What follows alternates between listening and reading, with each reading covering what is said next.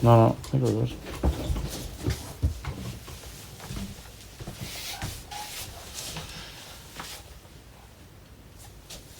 Alright, so we're here tonight with Donna Breen. Donna is a good friend of ours, a good friend of mine rather, and she's very much been very kind to us to give some of her time this evening. So Donna, I'd like to welcome you to your own home and your lovely fire. Thanks, Rory. This is my office, guys. So yeah, I think Rory has kind of alluded to the fact that it's cozy, it's nice, it's warm, and really, I suppose a lot of the work I do, the whole aim of it is to make people feel safe, comfortable and secure. Yeah, and to be fair, just to give people a bit of context and a bit of background, this is one of those times where Donna, very fortunately, had been a friend through the years, but she took her own path going into the world of helping people, helping others. And to thank you in person, this is the first time I've had the opportunity to do that. You were actually there for me this year in my darkest hour, if you will, and were the first person that actually came to me and said, Rory, everything's going to be okay. And a lot of people know the story in general from where that goes, but like, to be fair to you, as you said even earlier before we put on the camera, I think it's one of those things that maybe you get so many people coming to you and saying that thing that we need help. And maybe to give like maybe a bit of background, like maybe just give us an introduction on your own story, maybe what got you into this line of work, or what even was the case, like when did you start to discover more about Donna herself? I suppose really for me, like I did my Leaving Cert in the Tech in St. Albans in Tiptown, and I have to say it was a fantastic school because it looks at the whole person. It looks at the whole person that's there. It doesn't just focus on one aspect. It doesn't just focus on the academic you. It looks at, you know, what are your skills, what are your qualities, and it tries to foster that. So I suppose I was always lucky in the fact that, and I was very privileged that I went to school there and I got a very good feeling for life. I suppose I got a very good idea and a good sense of who I wanted to be as a person, and I started working very young in the underground in Tiptown as well as a barmaid. So you see life very differently from the other side of the counter. And I suppose I had a lot of experiences, like my uncle died by suicide when I was 10, so that lingering question was always there. To try to figure that out and try to figure out, was there a way that we could have helped, was there a way that we could have supported more, and you'll never answer those questions because the person will never come back and tell you, unfortunately. But it did kind of set the seed for me to kind of question, well, is that an area that I could work in? Are there people out there that I could support? And just to give you the answer on that, yes you did, and you completely supported me. Like, you took time out of your day that day, and God forgive what may have transpired, but you were there to answer the questions, as you said, maybe that other people may not be there for. Yeah, that's it. And I suppose we didn't have social media back in the day. When we were younger and we were growing up, it was emerging, but it wasn't there. And I suppose really as I started to go through and decide I wanted to do this, I seen that there was no services. Like, where do people go? Like, if you're not feeling good at 3 o'clock in the morning, who do you ring? Who do you call? Where do you turn to? And that was something that really irked me. It was something that really bothered me, that none of us knew. None of us knew where to turn to. Nobody knew who to turn to. You know, like years and years ago, I remember one of my teachers telling me this, you know, every community had kind of like a sage, a person, a house that people went to talk if something was bothering them, and we kind of lost that. We didn't have it, and I just felt, you know, maybe I could start something, or I could start a little bit of a wave or some support system or something to help people that were struggling, because after what we went through in the aftermath of it, firstly, you never want to see somebody struggle like that. It doesn't matter who they are. You never, as a human being, never want to see somebody in such a difficult place. My natural instinct would be to help and to support and guide the person as best I could, but also, I suppose, really, you want to help. Correct. And that's what we want to do as human beings. So that's I suppose where a lot of it came from, was just not wanting to see other families go through what we'd gone through if it was preventable. As I said, we can always look back, we don't know, but if something is preventable, why can't we prevent it? So like you wanted to say, nearly intervene, as you said, with someone being a pillar of support in some shape or fashion. Absolutely. That naturally, like the one line, I love you, say is like, are you okay? Like that word, okay, opens so many different doors. Like people naturally feel like you're very comfortable sitting beside a fire, and it sets the scene to let people open up and actually say it's okay to not be alright. That's it. And you see, we have kind of the perception, I suppose a lot of us have the perception that mental health is for other people. It's not for me, like, that person has mental health.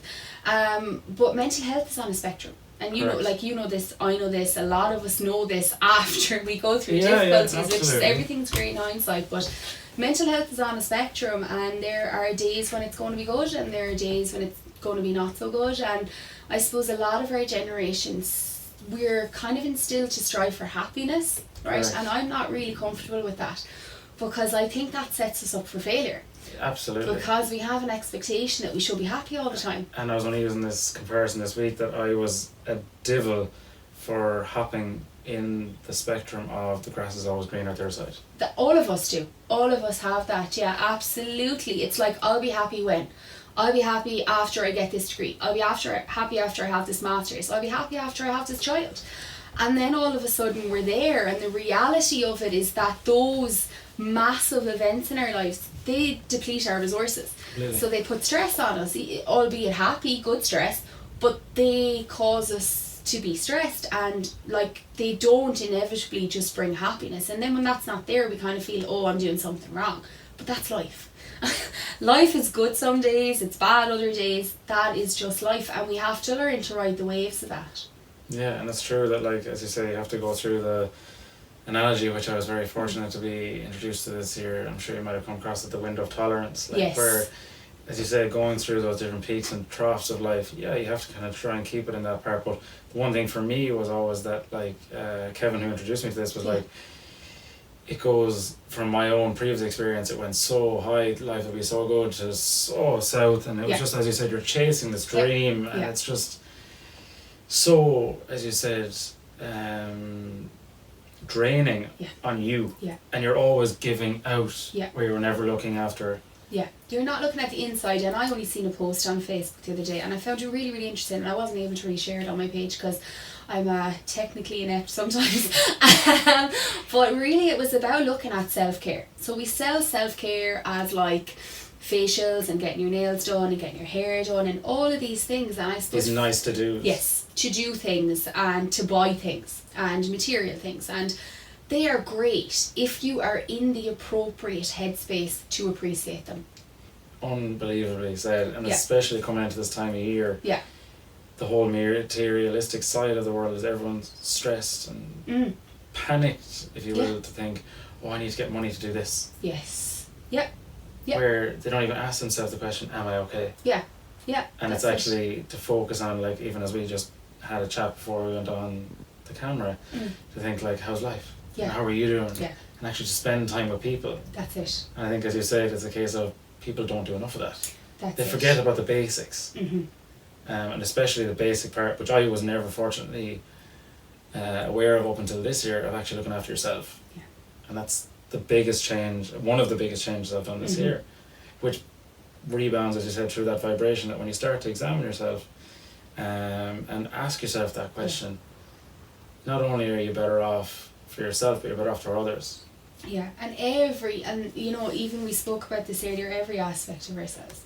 Do you know what I mean? That there's positives to us, but there's also some, dark places that all of us have, every single one of us. And, a lot of us can kind of have secrets or, things that we don't want to admit to other people, or, we have things that we've done maybe that we're not necessarily proud of. And I suppose it's only when we bring all of that to light, and we're just fundamentally human, and we just understand how we are so imperfectly perfect, that we can actually start to take back control of our lives, because then that lets the expectations go. The expectations of, if this person knows that issue about me, or if I show that one time I wasn't nice to somebody, that somebody could make a fool of me for that. you know, we can't let those parts of ourselves consume us either. We just have to own them, acknowledge them, apologise where necessary, which, you know, all of us have had to do at times, swallow our pride, be a little bit humble, and realise that we're all just struggling to figure out this massive journey of life together. And it's like where an analogy I've come across recently that I've kind of put together myself is like that you have to use the values, as you said, of like the gratitude pieces, the empathy and all the rest of it. But one that really jumps to mind that I love is you have to nearly forgive others. Yeah. Potentially, depending on the situation, nearly blame them. They made that mistake, fair enough. But then you learn from that.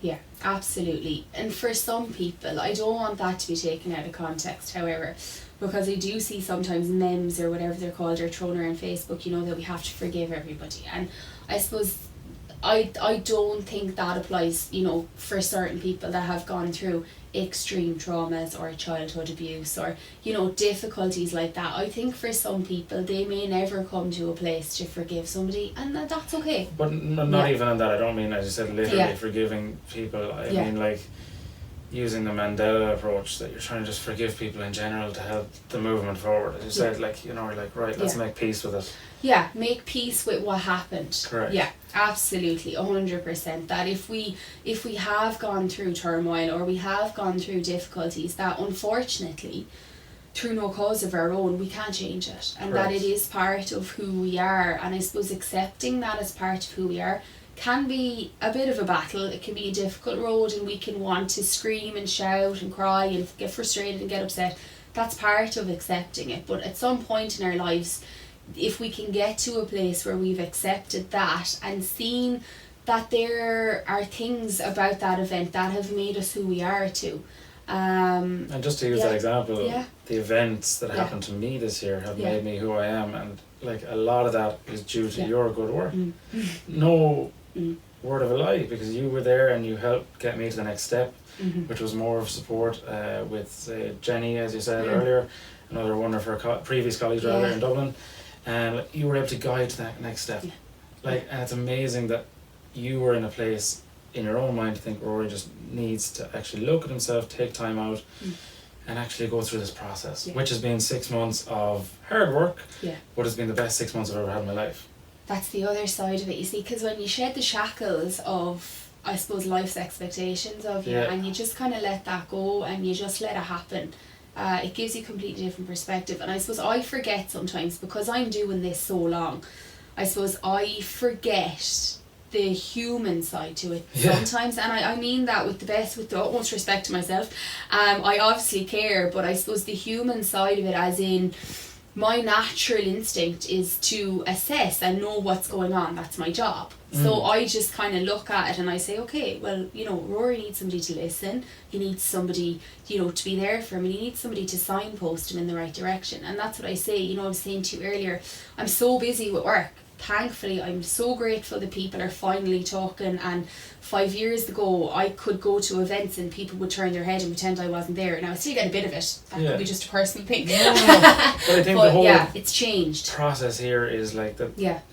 Gladly, people are starting to do that. And I think the whole process of what I've done the last few months is trying to get people and encourage people to do that. And actually, a piece I didn't share before earlier was, since I told my own story, one girl in particular, actually from Limerick, actually spoke out and reached out to me that was in a really bad place, and exact same part, to imagine a lot less of a scale, you're able to signpost. That's all we need to do. And it's a case of, if you can help that, as you said, if you can be that analogy, which I love using at the moment, is like, here in Tipperary, you're like the lighthouse of positivity, that people feel safe. That's it. And that's the fundamental thing, is I can't help everybody, and I would be very stupid to think I can. I can't fix everybody. People have to fix themselves. I can that's the biggest thing that I have learned in this process, is everybody around you can support you, but until you're willing to change and make that leap, people can support and hold, if you will, together, but until you can actually walk on your own legs and remove those stabilizers, and you're afraid to fall again, it's hard. I appreciate that, you know, in your context of the nature of the role, like, one of the things actually I wanted just to try and maybe finish up on, and to see from a perspective of Tipperary, like as you said maybe before we went on, when we were chatting earlier, that the service is really in Tipperary, and just to give you my own backdrop on my knowledge on it so far, that being at talks and different events this week, that the services simply aren't there, and the transition now is going from people are willing to talk or are starting to open up, and we're really lacking. So like, I suppose, what's your vision of what Tipperary would need to help support people on their journey if they are opening? Well, I suppose really what my aim is, I mean, I can't see every client that comes to me, I just, it's not physically possible, but I suppose my aim is to signpost, right? If I can't help somebody, I'll help them find somebody that can help them. So that for me is where I'm at the moment. I think we need more trained professionals, more trained, specialised, experienced professionals, and that takes time. Correct. And now, without sounding like a politician, the reality of it is that's not going to be tomorrow or the day after. That's going to take a number of years. Absolutely. You know, it takes 4 years to get your degree in counselling. It takes 400 hours of working with clients to be an accredited therapist. You know, it took me 7 years for me of being in college from starting to finish to get my master's. So it's not it's not a simple fix. I don't think I suppose really that's what we need, right? If I was to ultimately set up, and it's a case of hopefully we do in time get more of those support systems with more therapists that are qualified. One of the points actually we spoke about, like to tie this in, I think it's a real nice finish coming into Christmas, is one of the things I read recently was the sense of community. That like, especially around these times of darkness, literally coming into Christmas, that if people are there for each other, like that could help alleviate massive amounts of weight. Even as you said, the amount of inundated requests you're getting here, that if people actually could be aware of the support systems around them in general. And obviously, you know, it'll take time for us to educate them, hopefully in respect to everything that's there. But I think the main point, and I'll leave you finish maybe on your final thoughts, is like, what would you say to people in Tipperary around this time of year if you are going through those points of difficulty and you can't reach someone, or like, what would your advice be to people going into these darker months?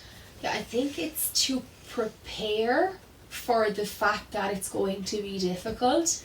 Not bury your head in the sand and just be like, okay, I'll get through it, right? Obviously we need to get through it, but it's really about preparing and putting the supports in place and seeing what helps you. What helps you when you're having a crappy day? Is it listening to music, you know, while you go around and clean the house? Or is it watching movies and shutting the world out? You know, what really does work for you? Is it talking to your sister or your brother, or is it staying the hell away from them? Do you know what I mean? Really and truly asking yourself, what do you need? Because only you have the answers. And that is so true. Like, it's a case of, like, even if you're to put it on the list of like, what do you need for Christmas? It's like, what do you literally need? If you could ask yourself that between now and the end of the year, it would change your perspective and actually might solve a lot of the bigger picture. And I remember, like, my mom's fantastic. She's so good over the years.